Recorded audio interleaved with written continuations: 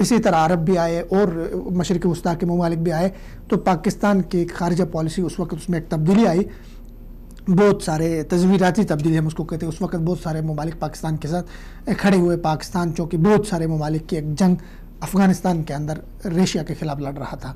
پھر اس کے بعد یہاں سے روس 12 ٹکڑوں میں تقسیم ہوا، چھوٹی چھوٹی ریاستیں پاکٹ سائز کی بنی، امریکہ سے یہاں سے نکل گیا تو پیچھے ہم رہ گئے۔ امریکہ کے جانے کے بعد جو ہماری خارجہ پالیسی تھی، جو سفارتی ہماری جنگ تھی، وہ بھی متاثر ہوتی رہی۔ اس کے بعد جا کے 9/11 کے بعد دنیا میں نئی صف بندیاں ہوئیں، نئے مفاہیم آشنا ہوئے، نئے بلاکس بنے دنیا کے اندر، نئے تعلقات، نئے مفادات دنیا میں اس کے اوپر ملک کھڑے ہوئے۔ تو اس وقت پاکستان کی خارجہ پالیسی کے اندر شفٹ آئی، اس وقت پاکستان کی خارجہ پالیسی کے اندر تبدیلی آ گئی۔ 9/11 کے بعد ہم امریکہ کے اتحادی بن کے افغانستان پہ داخل ہو گئے، ان کو راستہ ہم نے دیا۔ اس وقت پاکستان کو بہت زیادہ، اس وقت پاکستان کا بہت بڑا جو ہے، اس وقت پاکستان کا خارجہ پالیسی میں اس وقت پاکستان کی شفٹنگ آ گئی، پاکستان کی اس وقت کی جو خارجہ پالیسی تھی تبدیلی آ گئی۔ تو اس وقت لائن پہ ہیں ہمارے محمود مرزا صاحب، ہم ان سے جاننے کی کوشش کرتے ہیں کہ نئی حکومت کو کیا چیلنجز کا سامنا کرنا ہے۔ السلام علیکم۔ جی وعلیکم السلام ورحمۃ اللہ وبرکاتہ۔ محترم، سب سے پہلے تو پروگرام میں آپ کو خوش آمدید۔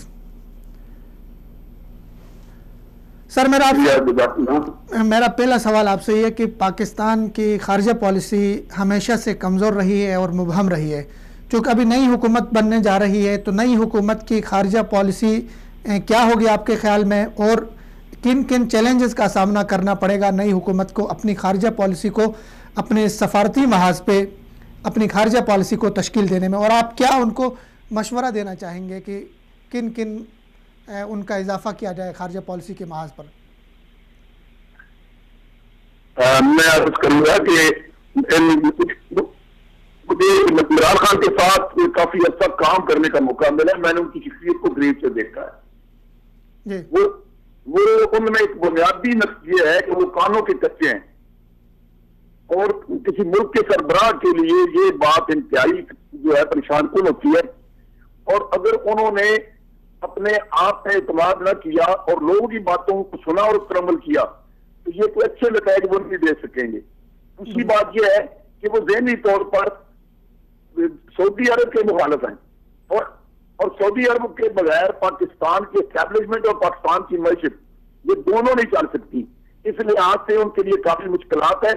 میں اس کو یہ مشورہ دوں گا کہ وہ جو اپنے انہوں نے ذہن میں نظریات قائم کر رکھے ہیں ان کو فارغ کریں، اور وہ پاکستان کے مفادات میں سوچیں کہ کون سا ملک، کون سی پالیسی پاکستان کے لیے بہتر ہے۔ چائنا کی دوستی کو دیکھتے ہوئے یہ دیکھیں کہ کیا چائنا کی جو پالیسیاں ہمارے ملک میں سرمایہ کاری کی ہے وہ آگے چل کر کے ایسٹ انڈیا کمپنی تو نہیں بن جائیں گی۔ دوسری طرف سعودیہ ہمارے لیے جہاں مذہبی طور پر بڑا ضروری ہے اور اس کے ساتھ تعلق، وہاں معاشی طور پر بھی ہمیشہ مشکل وقت میں اس نے ہمارا ساتھ دیا ہے۔ اس کو یہ تاثر نہیں دینا چاہیے کہ بھئی ہماری آنے والی حکومت کو اس کے بارے میں کوئی منفی سوچ رکھتی ہے، اس کے ساتھ بھی اپنے تعلقات کو بہتر کرنا ہوگا۔ تیسری بات یہ ہے کہ وہ نواز شریف ضرور سے زیادہ بھارت کی دوستی میں الجھ گئے تھے، اور یہ پہلے ان کے خلاف باتیں کرتے تھے، آج ان کو یہ خوش کرنے کی باتیں کر رہے ہیں۔ اس طرح کا رویہ بھی مناسب نہیں۔ میں نے کہوں گا کہ ایک باوقار حکمران کی طرح وہ بھارت ہو، افغانستان ہو، ایران ہو، سعودیہ ہو، چائنا ہو، امریکہ ہو، برطانیہ ہو، دنیا کا کوئی ملک بھی ہو، اس کو ایک آزاد ملک کے سربراہ کی حیثیت سے اس کے قد کاٹ کے مطابق ڈیل کریں، تاکہ ہم ایک ذمہ دار اور ایک بااختیار اور باوقار ملک کی حیثیت سے آگے چل سکیں۔ شکریہ سر، آپ نے عمران خان کے سعودیہ کے حوالے سے بات کی، لیکن انہوں نے اپنی جو وکٹری سپیچ تھی، اپنی پالیسی سپیچ تھی، اس میں تو سعودی عرب کا بالخصوص ذکر کیا اور سعودی عرب سے دوستی کی انہوں نے بات کی، اور جہاں تک انڈیا کا تعلق ہے، انڈیا کے بارے میں بھی انہوں نے کہا کہ انڈیا کے ساتھ تجارت ہو سکتی ہے، مذاکرات ہو سکتے ہیں، لیکن کشمیر میں انڈیا جو انسانی حقوق کی وائلیشن کر رہا ہے اس کو پہلے ختم کرنا ہوں گا، ایشوز کو پہلے حل کرنے ہوں گے۔ تو عمران خان نے تو بہت معتدل اور میرے خیال میں مناسب انہوں نے بیانیہ دیا تھا۔ میں آپ نے جو فرمایا میں اسے خوشائن قرار دیتا ہوں. میں یہی کہوں گا کہ تیری آواز مکے اور مدینے, لیکن کچھ ایسے معاملات ہیں جو میرے ذاتی علم میں ان کی بنیاد پر میں نے اپنے خدشات کا اظہار کیا تھا. اللہ کرے کہ عمران خان نے جو کہا ہے اس پر وہ عمل بھی کرے اور یہ پاکستان کے لیے ان کا آنے والا دور مفید اور ہمارے لیے جو ہے نا وہ قابل قرار پائے. صحیح سر, سوال میرا یہ ہے کہ عمران خان بطور وزیر اعظم خارجہ پالیسی اس نے بنانی ہے یا ادارے جو ہیں خارجہ امور کے جو ادارے ہیں وزارت خارجہ ہے اس نے بنانی ہے؟ چونکہ ماضی میں ہمارے جو وزارت خارجہ ہے وہاں پہ جو پروفیشنل لوگ ہیں جو اس فیلڈ کے لوگ ہیں ان کو نظر انداز کرتے ہوئے سیاسی طور پہ تعیناتی ہوتی رہی ہے. سیاسی طور پہ لوگوں کو مختلف ممالک میں سفیر بنایا گیا ہے, جیسے کہ زرداری صاحب کے دور میں حسین حقانی کو بنایا گیا امریکہ میں سفیر, اور بعد میں وہ انڈین لابی کے ساتھ مل کے پاکستان کے خلاف پاکستان کے اگینسٹ وہاں کام کرتے رہا. تو اس حوالے سے آپ کیا سمجھتے ہیں کہ ہمیں وزارت خارجہ جو ہے ہماری اس پہ اصلاحات نہیں کرنی چاہیے, اس پہ سیاسی اثر و نفوذ سے اس کو پاک نہیں کرنا چاہیے؟ جی آپ نے تو فرمایا. میں عرض کروں گا کہ ان شخصیات کا موازنہ کیا جائے تو میاں نواز شریف اعصابی طور پر اور ذہنی طور پر کمزور شخصیت ہے اور وہ زیادہ دیر اثر لے جاتے ہیں قریبی لوگوں سے, بیوقیفی سے اور باہر کی طاقتوں سے. اس لیے یہ حسین حقانی بھی ان کی دریافت تھا. اور جہاں تک زرداری صاحب کا تعلق ہے, زرداری صاحب سے زیادہ پاکستان میں سیاستدان کوئی نہیں ہے, لیکن آخر انسان ہے. کسی جگہ پر وہ ٹھوکر کھا گئے, اس کے نقصانات ہونے بھی ہوئے اور ملک کو بھی ہوا. جہاں تک عمران خان کا تعلق ہے, عمران خان کی شخصیت اعصابی طور پر بڑی مضبوط ہے, لیکن ان میں پھر عرض کروں گا کہ ان کی شخصیت کا یہ جو کمزور پہلو ہے کہ جس کے لیے میرے پاس اور الفاظ کوئی نہیں ہے. میں یہی کہوں گا کہ وہ کانوں کے کچے ہیں. اللہ کرے کہ وہ بات سنے لیکن کرے وہ جو ہمارے ملک کے مفاد میں اور ان کے اپنے توڑ چوڑ کے مطابق. شکریہ سر. سر میرا آخری سوال آپ سے یہ کہ مشرق وسطیٰ کے جو ممالک ہیں, سعودی عربیہ ہے, دیگر عرب ممالک ہیں, وہ پاکستان کے ساتھ کئی حوالے سے ان کے رشتے ہیں, لیکن بدقسمتی سے ماضی میں یہ رہا کہ ان ممالک کے ساتھ ہمارے جو تعلقات تھے سفارتی سطح پر وہ اس نوعیت کے نہیں تھے کہ ہم ان کو اپنے ساتھ کھڑا کر سکیں, اپنے مسائل کے لیے کھڑا کر سکے, کشمیر ایشو کے لیے ان کو کھڑا کر سکے اور ہمارے دنیا میں اپنے ساتھ کھڑا کر سکے, چونکہ ہمارے تعلقات زیادہ تر ذاتی مراسم ان کے ساتھ رہے. تو نئی حکومت سے آپ کیا امید رکھتے ہیں کہ ان ممالک کے حوالے سے وہ کچھ اقدامات کرے گی؟ میں یہ عرض کروں گا کہ ہم نے ابھی ماضی کی حکومتیں مشرق وسطیٰ کے ممالک خصوصاً سعودی عرب کی جو قیادتیں تھیں ان کے ساتھ ذاتی دوستیاں بناتے تو رہے, لیکن پاکستان کے قومی مفادات ان کسی حد تک انہوں نے نظر انداز کیا. اور بدقسمتی یہ ہے کہ مشرق وسطیٰ کے ممالک کے جو عوام ہیں وہاں پاکستان کے عوام کے بارے میں انتہائی منفی رویہ ہے اور منفی سوچ ہے. یہ میں مشرق وسطیٰ کے مختلف جب دورے پر گیا ہوں, میں نے جو عام لوگوں سے بات سنی ہے تو وہ پاکستان کے عام آدمی کو پسند نہیں کرتے. ہمارا عوامی سطح پر آپس میں کوئی پیار اور اتحاد کا رشتہ نہیں ہے. یہ الگ بات ہے کہ ان کی حکومتیں جو ہے وہ ہمیں اپنا بھائی سمجھ کے یا ہمیں اپنی ضرورت سمجھ کے وہ ہماری عزت بھی کرتے ہیں, بتانے پر ہماری مدد بھی کرتے ہیں.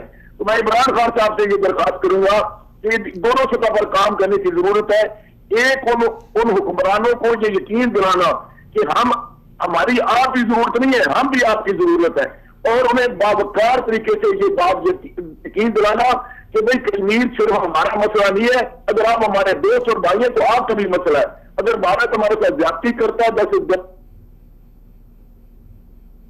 اسلام کا مسئلہ ہے, پورے عالم پوری دنیا کا مسئلہ ہے, اور افغانستان میں بھی اپنا سلوک استعمال کرے کہ وہ پاکستان میں داخلی طور پر ہمیں جو ہے نا وہ کمزور نہ کرے. اور دوسری طرف یہ ہے کہ ہمیں مشرق وسطیٰ کے ساتھ تعلقات سوار کرتے ہوئے اور ان کو مضبوط بناتے ہوئے اس بات کو نظر انداز نہیں کرنا چاہیے کہ یہ ایران کی قیمت پر نہیں ہونا چاہیے.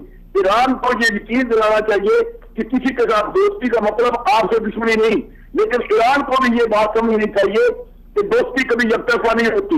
ایران کا جھکاؤ بھی انڈیا کی طرف زیادہ ہے اور ہمیں ہمیشہ خدشہ رہتا ہے کہ اگر کبھی ہم کمزور ہوئے تو وہ ماضی کا ایران تو ہمارے ساتھ کھڑا ہوتا تھا, آج کا ایران شاید ہمارے حصے بکری کرنے میں خدا نخواستہ صدار ہو. تو یہ سارے مشکل حالات میں عمران خان پر بہت بڑی ذمہ داری عائد ہوتی ہے. ملک کے اندر کے معاملات تو شاید وہ 5 سال جذبات میں نوجوانوں کو نکال لے، لیکن ملک سے باہر کے معاملات اقتصادی طور پر اور خارجی سطح پر ان کو بڑے عام اقدامات کرنے ہوں گے. عقل کے ساتھ ساتھ جذبے اور جوش اور جذب کا بھی مظاہرہ کرنا ہوگا. بہت شکریہ سر، بہت نوازش آپ پروگرام میں شامل ہوئے.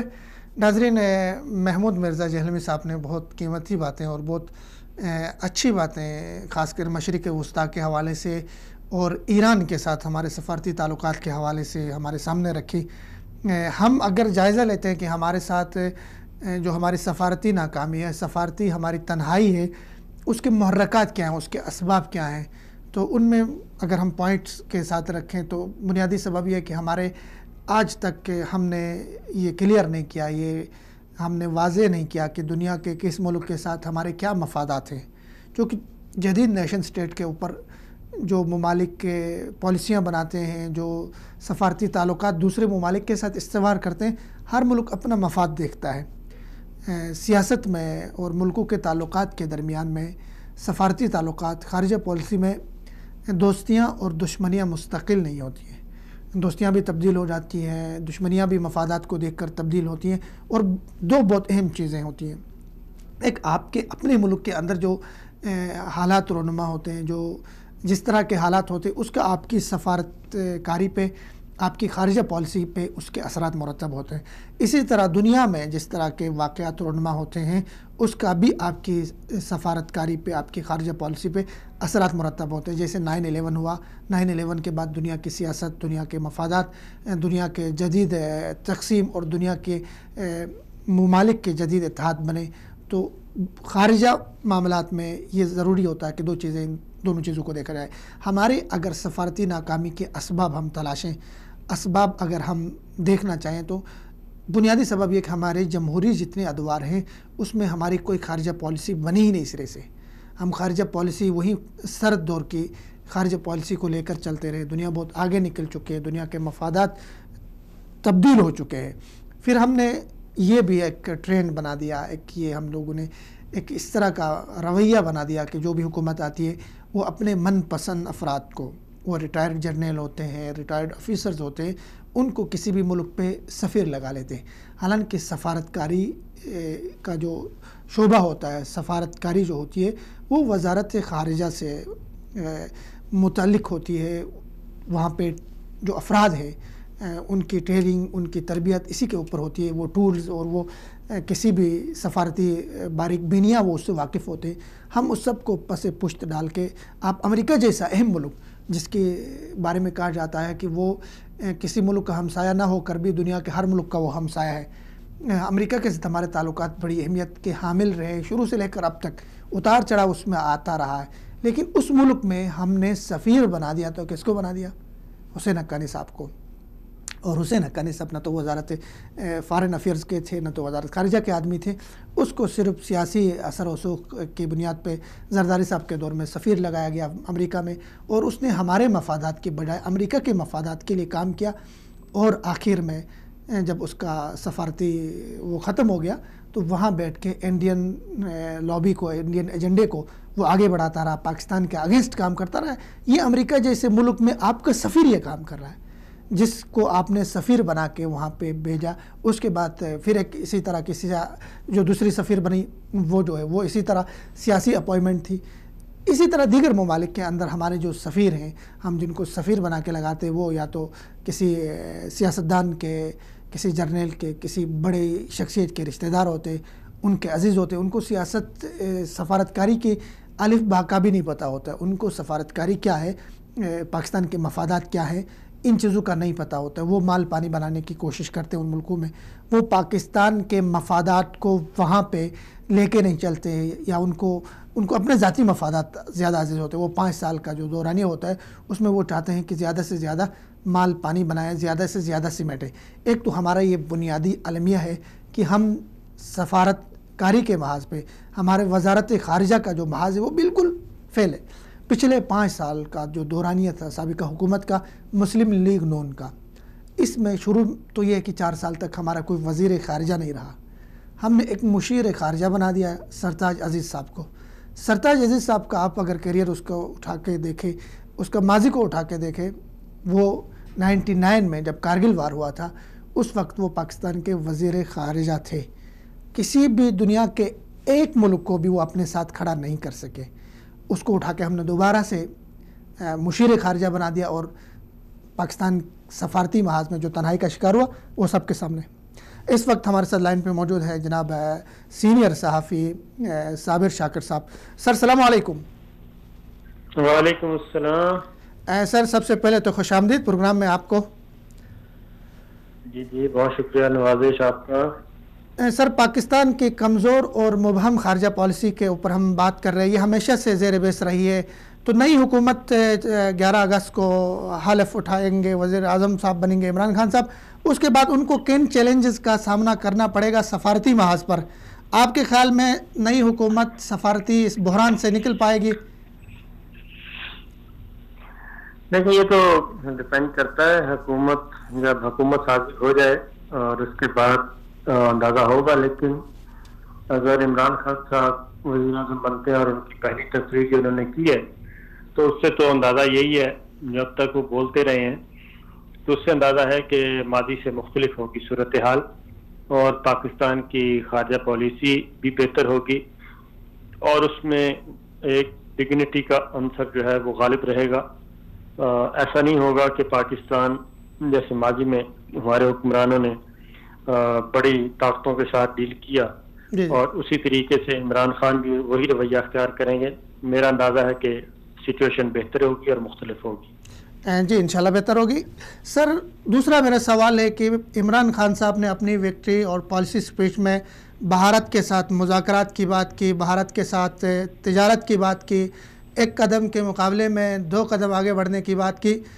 لیکن دوسری طرف بھارت میں عمران خان کے حوالے سے جو ان کا رویہ ہے وہ خوش نہیں ہے. وہ عمران خان کے حوالے سے منفی، ان کا میڈیا، ان کے اینکر پرسن، ان کے لوگ منفی رویہ رکھ رہے ہیں. تو مستقبل میں پاک بھارت تعلقات کو آپ کیسے دیکھتے ہیں؟ ہماری خارجہ پالیسی بھارت کے حوالے سے کیا ہوگی؟ دیکھیں انڈیا کو مسئلہ یہ تھا کہ انڈین نے وہ بالکل اعلان عام کیا انہوں نے، اور وہ میڈیا میں آ کے ان کے انٹلیکچوئلز نے یہ بات کی تھی کہ ان کی بہت زیادہ انویسٹمنٹ ہے نواز شریف پہ. جی تو نواز شریف صاحب جب فارغ ہوئے اور جیل میں پہنچے تو اس کے بعد سب سے زیادہ جو مسئلہ ہے اس وقت پوری دنیا میں وہ امریکنز کو ہے، انڈیا کو ہے اور برطانیہ کو ہے. ان 3 قوتوں کو بہت زیادہ مسئلہ ہے کہ پاکستان میں اگلی حکومت کیا ہوگی، کون سی ہوگی، کیونکہ اس سے پہلے جتنی بھی حکومتیں آئی ہیں تو عمل دخل بہت زیادہ بیرونی عناصر کا ہوتا ہے اور خاص طور پہ امریکنز اور پاکستان میں چونکہ جو اس وقت ریجنل سچویشن ہے وہ ہے کہ اس ریجن میں ایک نیا بلاک بننے جا رہا ہے جس میں چائنا ہے، رشیا ہے، ایران ہے، پاکستان ہے اور ترکی ہے. یہ ممالک آپس میں مل بیٹھ چکے ہیں اور انتخابات سے کچھ دن پہلے ہی رشیا، چائنا، ایران اور پاکستان کے انٹیلیجنس چیف کی بھی ایک ملاقات ہوئی، میٹنگ ہوئی، جس میں اس بات پہ گفتگو ہوئی تھی کہ افغانستان میں امریکہ جو ہے وہ داعش کو کھڑا کر رہا ہے اور ان کو باقاعدہ طور پہ لا رہا ہے. تو یہ چیزیں اصل میٹر کرتی ہیں اور امریکہ کبھی بھی نہیں یہ چاہے گا کہ پاکستان میں ایک ایسی حکومت بنے اور بننے کے بعد وہ قائم رہے جو کہ اس کے مفادات کا خیال بالکل نہیں رکھے گی، بلکہ وہ ایک نیا بلاک بنانے کی طرف جا رہی ہے جس میں امریکنز کے جو اینٹائی کنٹریز ہیں، جس میں چائنا بھی ہے، جس میں رشیا بھی ہے، جس میں ایران بھی ہے، وہ بھی اس میں شامل ہوں. اس لیے امریکہ کا ایک بہت بڑا ایک مفاد ہے وہ افغانستان میں قیام اور افغانستان میں بیٹھ کے انڈیا کے ذریعے اس ریجن کو کنٹرول کرنا. وہ سارے کا سارا منصوبہ جو ہے وہ پورا ہوتا ہوا امریکنز کو نظر نہیں آتا. یہی وجہ ہے کہ پوری دنیا پاکستان کی نئی حکومت کو، آنے والی حکومت کو اور عمران خان کی کامیابی پہ مبارکباد دے رہی ہے، جبکہ امریکہ واحد ملک ہے جس نے IMF سے یہ کہا ہے، اس کو وارن کیا ہے کہ کسی قسم کا کوئی بیل آؤٹ پیکج پاکستان کو نہیں دیا جائے گا. تو یہ وہ چیزیں ہیں جو کہ بنیاد رکھتی ہیں اور اہمیت اختیار کر رہی ہیں کہ پاکستان میں آنے والی حکومت امریکی مفادات کی محافظ نہیں ہوگی. یہی خدشہ ہے جس کی وجہ سے انڈیا جو ہے وہ تو ایک پپٹ ہے, وہ تو امریکن مفادات کو تحفظ دینے کے لیے اس ریجن میں ساری انویسٹمنٹ امریکہ کی اس وقت انڈیا پہ ہے. تو اس لیے انڈیا جو ہے وہ پروپیگنڈا کر رہا ہے, اس کا میڈیا, اس کے سارے لوگ جو بول رہے ہیں. لیکن عمران خان نے اس کے بالکل برعکس بات کی کہ کشمیر ایک بنیادی مسئلہ ہے, کشمیر کے ایشو کو حل ہونا چاہیے اور ٹریڈ ہونی چاہیے, اور اس کے بعد دونوں ملکوں کے جو غریب عوام ہیں ان کی حالت زار بدلنے کے لیے دونوں ملکوں کو آگے بڑھنا چاہیے. تو اس تناظر میں جو ایک لیڈر کو بات کرنی چاہیے وہ کہ جو انڈیا اپنا کام کر رہا ہے وہ سب کے سامنے ہے. جی سر, آخری سوال سر میرا آپ سے یہ کہ ہم سرد جنگ کے زمانے کی خارجہ پالیسی کو سینے سے لگائے بیٹھے ہیں, دنیا بہت آگے نکل چکی ہے. ستمبر 2017 میں سابقہ حکومت نے, انہوں نے اگرچہ مشیر خارجہ بنا کے سرتاج عزیز صاحب کو رکھا جو 99 میں کارگل وار کے دوران بھی پاکستان کے وزیر خارجہ تھے, کسی سنگل ملک کو پاکستان کے موقف پہ کھڑا نہیں کر سکے. لیکن 2017 میں انہوں نے پاکستان میں اسلام آباد میں تمام پاکستانی سفیروں کو بلا کے وہاں پہ ایک اعلامیہ جاری کیا کہ ہم اپنی خارجہ پالیسی میں تبدیلی لے کے آنا چاہ رہے ہیں, تبدیلی لا رہے ہیں. لیکن سال گزر گیا, پھر پاناما, یہ ساری چیزوں میں پھنسے تو کوئی تبدیلی نہیں آئی ہماری خارجہ پالیسی میں. تو کیا آپ امید رکھ رہے ہیں, امید کر سکتے ہیں کہ عمران خان صاحب واضح کوئی تبدیلی لے کر آئیں گے ہماری خارجہ پالیسی میں تمام ممالک کو لے کر جو ہمارے باہر کے ممالک ہیں؟ میرا خیال ہے کہ چینج آئے گی, اور اس کی وجہ میں آپ کو بتا چکا ہوں کہ اس وقت کچھ ہی عرصہ پہلے جو چائنا, ایران, پاکستان اور رشیا, ان کے جو انٹیلیجنس چیفز ہیں ان کی ملاقات ہوئی ہے. تو اس ملاقات میں بھی ایک جوائنٹ اسٹریٹجی بنانے کی بات کی گئی تھی. اس لیے نواز شریف صاحب نے تو خیر دفتر خارجہ کو تالا لگایا ہوا تھا اور وزارت خارجہ اپنے پاس رکھی ہوئی تھی, اور انہوں نے کام لیا طارق فاطمی سے کے ذریعے سے اور سرتاج عزیز صاحب کے ذریعے اور محمود خان اجگزئی کے ذریعے. افغانستان کے لیے محمود خان اجگزئی صاحب کو انہوں نے رکھا ہوا تھا, طارق فاطمی کو امریکہ کے لیے رکھا ہوا تھا. تو وہ تو ساری چیزیں دفتر خارجہ اور ہمارے جو مختصر ادارے ہیں جن کا ایک عمل دخل ہوتا ہے پالیسی میکنگ میں, ان کا ان کو نان فنکشنل کیا ہوا تھا انہوں نے. لیکن عمران خان ایسا نہیں کریں گے. صحیح سر. سر آخری سوال میرا آپ سے کہ ہمارے جو خارجہ پالیسی, خاص کر ہمارے جو تعیناتی ہوتی ہے فارن افیئرس سے, اس کو ماضی میں ایسا ہوتا رہا کہ یہاں پہ سیاسی تعیناتی ہوتی رہی ہے. جیسے حسین حقانی صاحب کو امریکہ میں بھیجا گیا وہاں پہ, اور وہ 5 سال کے بعد انڈین لابی کے زیر اثر پاکستان کے اگینسٹ وہاں پاکستان کے خلاف پروپیگنڈا کرتا رہا. تو ہمارے زیادہ تر جو ہمارے اہم ممالک ہیں وہاں پہ خاص کر ایسے لوگوں کو سفیر بنا کے بھیجا جاتا ہے جو پاکستان کے مفاد کی بجائے, پاکستان کے وہاں پہ وکالت کرنے کی بجائے وہ مال پانی بنانے میں وقت لگاتے ہیں وہاں پہ. تو کیا ضروری نہیں ہے کہ ہم اپنے فارن افیئرز کے اوپر, ہماری وزارت خارجہ کے اندر وہاں اصلاحات کی جائیں؟ بالکل کرنی چاہیے. اس وقت بھی امریکہ میں ایک بالکل ناتجربہ کار ایک بزنس مین کا بیٹا جو ہے وہ سفیر ہے. وہ پاکستان کے مفادات کی کیا حفاظت کرے گا جس کا کوئی تجربہ نہیں ہے ڈپلومیسی میں. اسی طریقے سے کینیڈا میں طارق عظیم صاحب کو بنایا گیا ہے, شجاعت عظیم جو ان کے ذاتی دوست ہیں ان کو لگایا گیا تھا, ان کے بھائی ہیں وہ. اور دیگر ممالک میں بھی آپ کو نظر آ جائیں گے, خاص طور پہ کہ وہاں پہ فارن سروس کے لوگ نہیں ہیں, ڈپلومیٹنگ کور کے نہیں ہیں, بلکہ ذاتی دوستوں کو اوبلائج کیا ہوا ہے.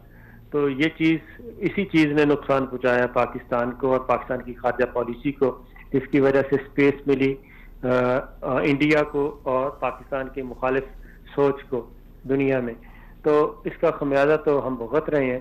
آنے والے وقتوں میں ان اصلاحات کو کرنا چاہیے اور کرنا پڑے گا, اس کے بغیر تو ممکن نہیں ہے. شکریہ سر وقت دینے کا. سلامت رہیں, بہت نوازش. ناظرین, پاکستان کی خارجہ پالیسی کے حوالے سے صابر شاکر صاحب سینئر صحافی, انہوں نے بڑی اہم باتیں کی.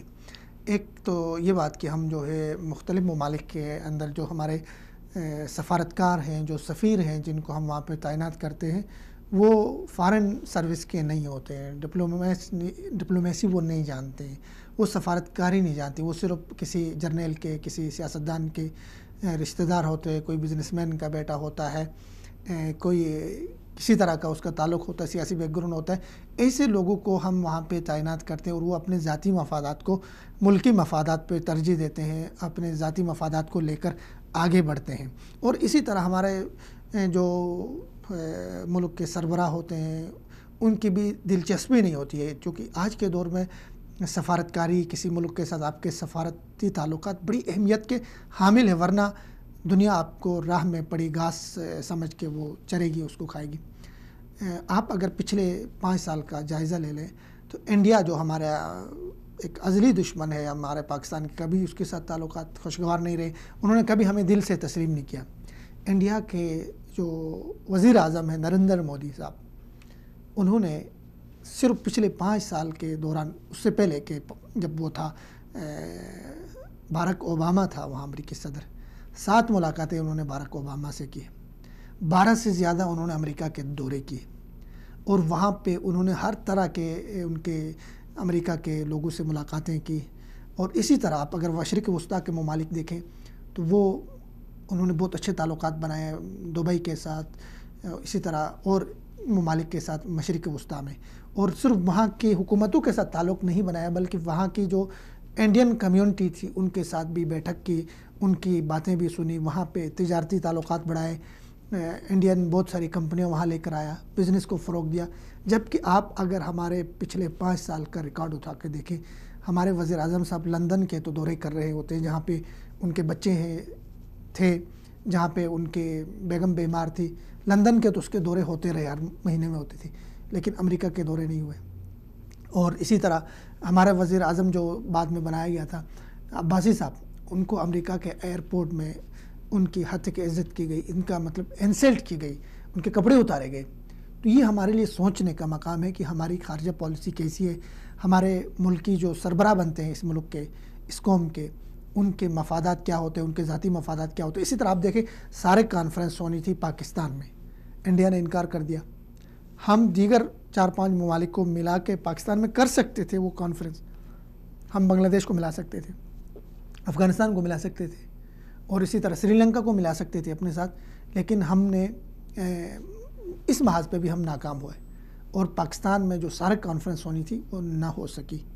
یہ ہماری ناکامیاں ہیں، ان کا بنیادی سبب یہ کہ ہماری سفارتی جو اور خارجہ پالیسی جو ہے وہ بالکل مبہم ہے، ہماری خارجہ پالیسی بالکل ناکام ہے، اور ہماری خارجہ پالیسی پاکستان کی ہمیشہ سے ہمارے جو اس ملک کے قابض اشرافیہ ہے ان کے زیر اثر رہی ہے۔ اس میں تبدیلی لانے کی ضرورت ہے، اس میں بنیادی تبدیلی، جیسے جس پہ ہم نے بات کی کہ ہمارے جو فارن سروس ہے وہاں سے لوگوں کو میرٹ کی بنیاد پہ دیگر ممالک میں سفیر لگائے جائیں، اور پاکستان ایک واضح اور 2 ٹوک خارجہ پالیسی کو تشکیل دے دے ریجن کے اوپر ہمارے جو مفادات ہیں۔ اسی طرح کئی ممالک ایسے ہیں جن کے ساتھ ہمارے ہمسایہ ہیں، وہ نیبرز ہیں ہمارے، چائنا ہے، چائنا کے ساتھ تعلقات کو مزید بہتر کیا جائے، اور ان تعلقات میں صرف دوستی ہی نہیں بلکہ تجارت کی بات کی جائے، جس طرح پاکستان سی پیک کے ذریعے سے چائنا پاکستان سے ہوتے ہوئے یورپ تک، یورپ کی مارکیٹوں تک، منڈیوں تک رسائی حاصل کرے گا، اسی طرح ہم چائنا سے یہ بات بھی کریں کہ ہماری جو ہے جو چائنا کے اندر ہمارے پاکستان جو چیزیں بناتے ہیں وہ چائنا کے اندر بھی جائیں، صرف ان کے ہی مارکیٹ ہم نہ بنیں بلکہ ہماری بھی مارکیٹ وہ بنے، اور ان کے ساتھ تعلقات برابری کی بنیاد پر ہونے چاہیے، دوستی برابری کی بنیاد پہ ہونی چاہیے، اور اسی طرح جو ہمارے ایک طبقے کو سنجیدہ تحفظات ہیں چائنا کے حوالے سے، ان تحفظات کو بھی دور کرنے کی ضرورت ہے۔ گوادر کو چائنا کے حوالے کرنے کی بات ہو رہی ہے، اس پہ بھی حقیقت قوم سے بتائی جائے کہ حقیقت اس میں کیا ہے۔ اسی طرح ہمارا ایک ہمسایہ انڈیا، انڈیا کے ساتھ جو ہمارے تعلقات ہیں وہ کشمیر کو بائی پاس کر کے، کشمیر ایشو کو پس پشت ڈال کے نہیں ہو سکتے، نہ تو ہماری انڈیا کے ساتھ تجارت ہو سکتی ہے، نہ ہمارے مذاکرات ہو سکتے ہیں، نہ بات چیت ہو سکتی ہے۔ کشمیر کا ایشو جب تک حل نہیں ہوتا ہے، کشمیر پہ سنجیدہ سے بات کرنے کے لیے انڈیا تیار نہیں ہوتا ہے، کشمیریوں کی بات سنے بغیر ہمیں اپنی بھارت پالیسی کو نہیں بنانا چاہیے۔ ہمیں جب بھی ہم اپنی بھارت پالیسی کو از سر نو تشکیل دیں گے، پچھلے 8 سال تک ہماری جو کشمیر کمیٹی تھی اس کی پرفارمنس آپ کے سامنے، اس کی کارکردگی آپ کے سامنے کتنی مایوس کن ہے، کشمیری لیڈر اس کے اوپر خود بولے، تو نئے سرے سے ہمیں کشمیر پالیسی بھی بنانی پڑے گی، نئے سرے سے کشمیر ایشو کو لے کر ہمیں دنیا میں جانا ہوگا۔ آپ دیکھ لیں بھارت کا جھوٹ اس وقت پوری دنیا میں ہاتھوں ہاتھ بک رہا ہے، لیکن آپ کا سچ کوئی لینے کے لیے تیار نہیں ہے۔ آپ نے دہشت گردی کے خلاف جنگ میں 120 ارب ڈالر کا اپنا نقصان کیا، 70,000 ہماری شہادتیں ہوئی، لیکن ہم دنیا کو بتانے میں ناکام رہے کہ ہم نے دہشت گردی کے خلاف اتنی بڑی قربانیاں دی ہیں۔ ہم نے دہشت گردی کے خلاف دنیا کا ہر ملک جو دہشت گردی کے خلاف لڑ رہا تھا وہ ہتھیار ڈال چکے، وہاں حکومتیں ختم ہو چکی، وہ ملک ختم ہو چکے، ملک کے اندر دہشت گردوں نے کہیں پہ حکومتیں بنائیں، کہیں پہ ابھی تک دھماکے ہو رہے سارا کچھ، لیکن پاکستان کی حکومت کی مرکزیت ختم نہیں ہو گئی۔ پاکستان نے دنیا کو محفوظ بنانے کے لیے، امن و آشتی دینے کے لیے ہم نے دہشت گردی کے خلاف ایک بہت بڑی جنگ لڑی۔ 17 سال تک ہماری مسجدیں، ہماری مارکیٹیں، ہمارے بازار خون اور اس لہو لہان تھے، لیکن ہم دنیا کو یہ بتانے میں ناکام رہے کہ یہ ہماری قربانیاں تھیں۔ دنیا ہماری قربانیوں کو شک کی نگاہ سے دیکھتی ہے۔ امریکہ کے جو پالیسیاں بنی، ان کے بیانات ہوئے، ہم پہ جو طنز ہوا، یہ سارا صرف ہماری خارجہ پالیسی کی ناکامی کی وجہ سے، اور ہمیں اپنی خارجہ پالیسی کو تشکیل دیتے ہوئے از سر نو اس کا جائزہ لینا ہوگا۔ ہمیں یہ طے کرنا ہوگا کہ ہم نے اپنی خارجہ پالیسی کو اپنے مفادات کو سامنے رکھتے ہوئے بنانا ہے۔ ابھی اس ریجن کے اوپر، اس بلاک کے اندر ہمارے اور امریکہ کے مفادات بالکل الگ ہیں۔ ہم امریکہ کے ساتھ، اگر امریکہ ہمارے ساتھ چلنا چاہتا ہے تو امریکہ کو بھارت جو وہ سوچ رہا ہے کہ بھارت کو اس خطے میں ہم چودھری بنائیں گے، بھارت کو اس خطے کا کرتا دھرتا بنائیں گے، یہ تو پاکستان کے لیے منظور نہیں ہے۔ اسی طرح افغانستان کے اندر پاکستان کے مفادات اور ہیں اور امریکہ کے مفادات اور ہیں۔ اسی طرح پاکستان ریشیا کی طرف بڑھ رہا ہے، ہاتھ بڑھا رہا ہے، سفارتی تعلقات بہتر کرنے کی کوشش کر رہا ہے، اس میں توازن لانے کی کوشش کر رہا ہے، اس میں غلط فہمیاں، اس میں تلخیاں دور کرنے کی کوشش کر رہا ہے، اور یہ امریکہ کے لیے بالکل بھی گوارا نہیں ہے۔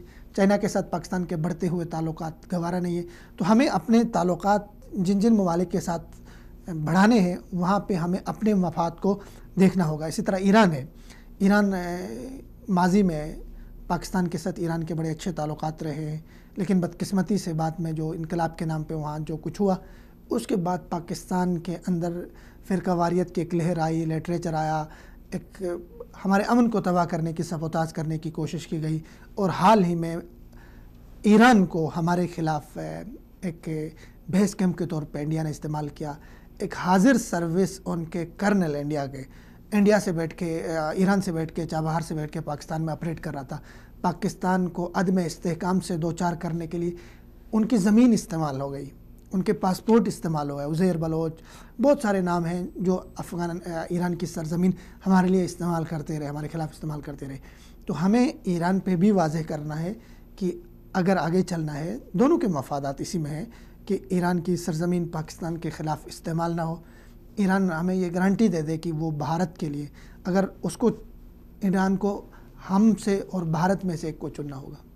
اگر چونکہ شروع سے لے کر افغانستان کے اندر آپ دیکھیں ہمارے جو مفادات تھے، اس وقت ایران افغانستان کے اندر شمالی اتحاد کے ساتھ کھڑا رہا، ہمارے مفادات کے ساتھ کھڑا نہیں ہوا۔ کشمیر پہ وہ کبھی ہمارے ساتھ کھڑا نہیں رہا، وہ ہمیشہ بھارت کے اس میں رہا، بھارت کی طرف اس کا جھکاؤ رہا، بھارت کے ساتھ اس کے تعلقات رہے۔ اس کا حق ہے بھارت کے ساتھ وہ اچھے تعلقات رکھے، ہمیں اعتراض نہیں ہے، لیکن بھارت کے ساتھ ایسے تعلقات رکھے جن تعلقات کے اوپر اس کی زمین، اس کے وسائل، اس کے لوگ، اس کے فنڈز، اس کے وہ سرزمین ہمارے خلاف استعمال ہوئی، پاکستان کے لیے گوارا نہیں ہونے چاہیے۔ ایران پہ دو ٹوک واضح کرنا چاہیے کہ پاکستان آپ کی سرزمین سے مداخلت، آپ کی سرزمین سے پاکستان کے خلاف جو سازشیں ہیں اس کو برداشت نہیں کرے گا، باقی آگے اگر ساتھ چلنا ہے تو موسٹ ویلکم۔ اسی طرح افغانستان ہے، افغانستان ہمارے لیے بہت تصوراتی گہرائی رکھتا ہے۔ افغانستان اور پاکستان دونوں طرف کے جو لوگ ہیں ایک دوسرے سے محبت کرتے ہیں، ایک دوسرے کے لیے دل میں بڑا مقام ہے۔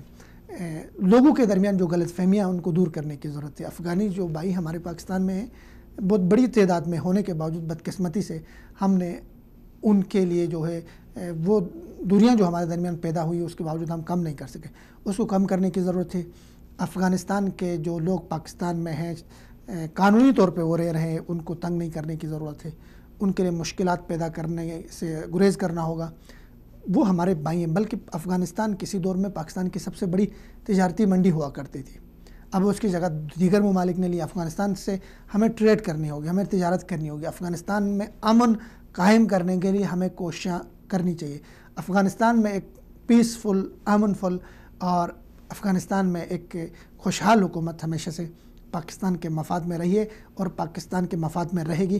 آگے بھی جس طرح خان صاحب نے, عمران خان صاحب نے اپنے پالیسی بیان میں افغانستان کے ساتھ اچھے تعلقات کو بحال کرنے کی اور سرحدیں کھولنے کی بات کی, بہت خوش آئند ہے.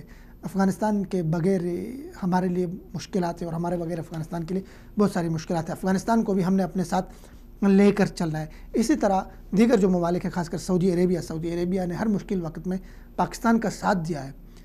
معاشی پرابلمز ہیں پاکستان کے ساتھ, معاشی مشکلات ہیں, زلزلے ہیں, آفات ہیں, ہر وقت انہوں نے ایک بے لوث دوست کی طرح پاکستان کے ساتھ دیا ہے.